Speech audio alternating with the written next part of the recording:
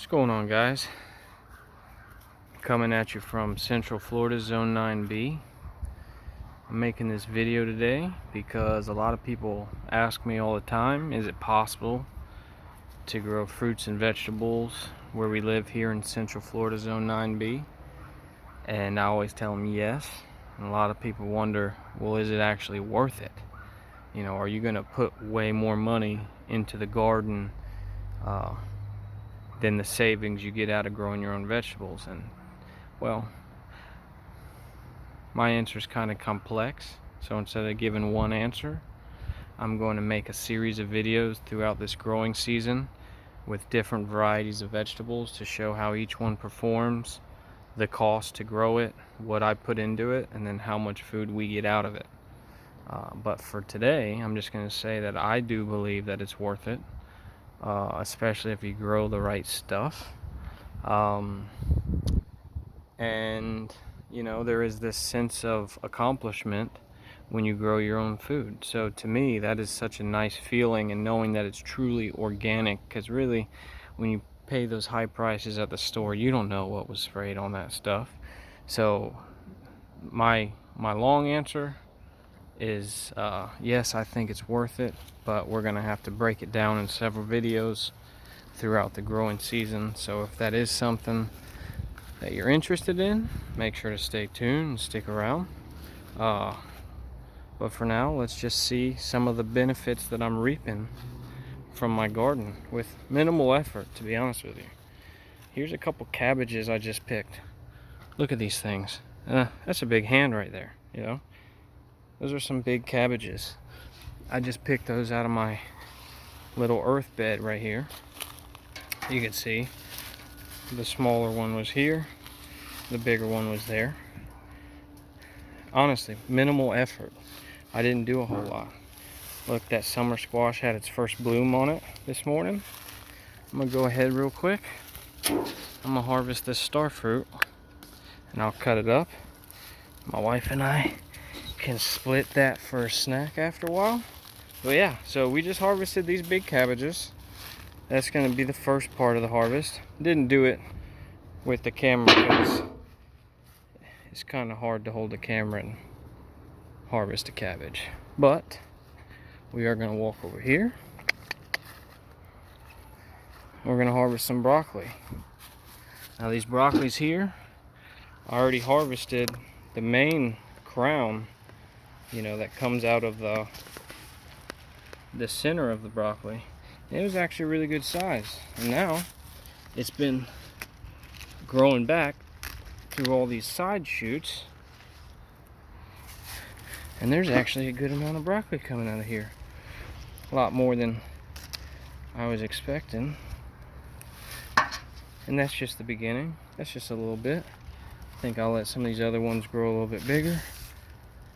Yeah, I'm gonna let those grow a little bit bigger too. So there you go. Got some broccoli. Got some star fruit.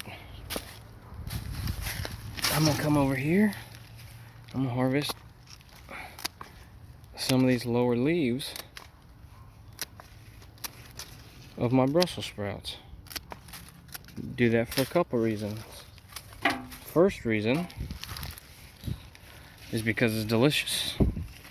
A lot of people don't realize that you can actually eat the greens off of your Brussels sprout plant. The second reason that we do it is to promote more energy for the plant to put into the actual sprouts rather than the leaves. Oh, I guess I missed one there. Pow.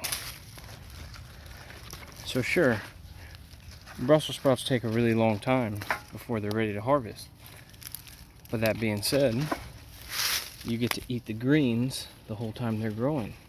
So if you add that into the overall harvest,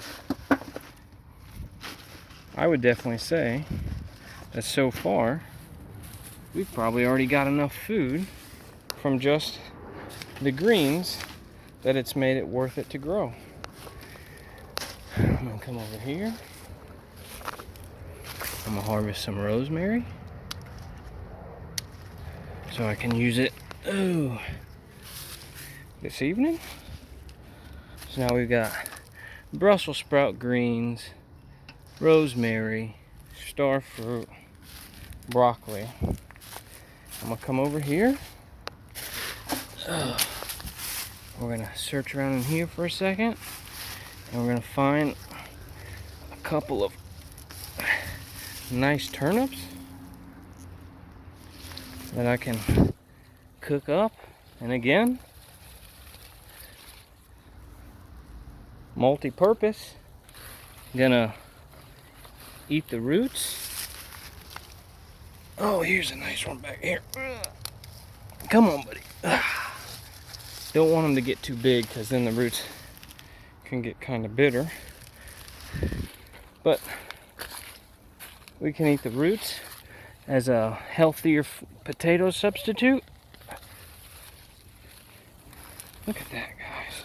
Isn't that just beautiful? Those purple top turnips. So anyways, we can eat the roots, and then we also eat the greens. If you've never had turnip greens and you actually like greens, I'll tell you right now, you're missing out. Those are nice turnips, guys. Whew. Look at that. That's a nice turnip. And I'm actually going to come through and pick some of these peppers that are ripe. I'm not going to make you guys watch all that. But for right now, let's just take a look. This is just more or less a normal Saturday harvest from my garden. Like I said, minimal effort. I don't buy fertilizer. I make everything myself that I put on these plants.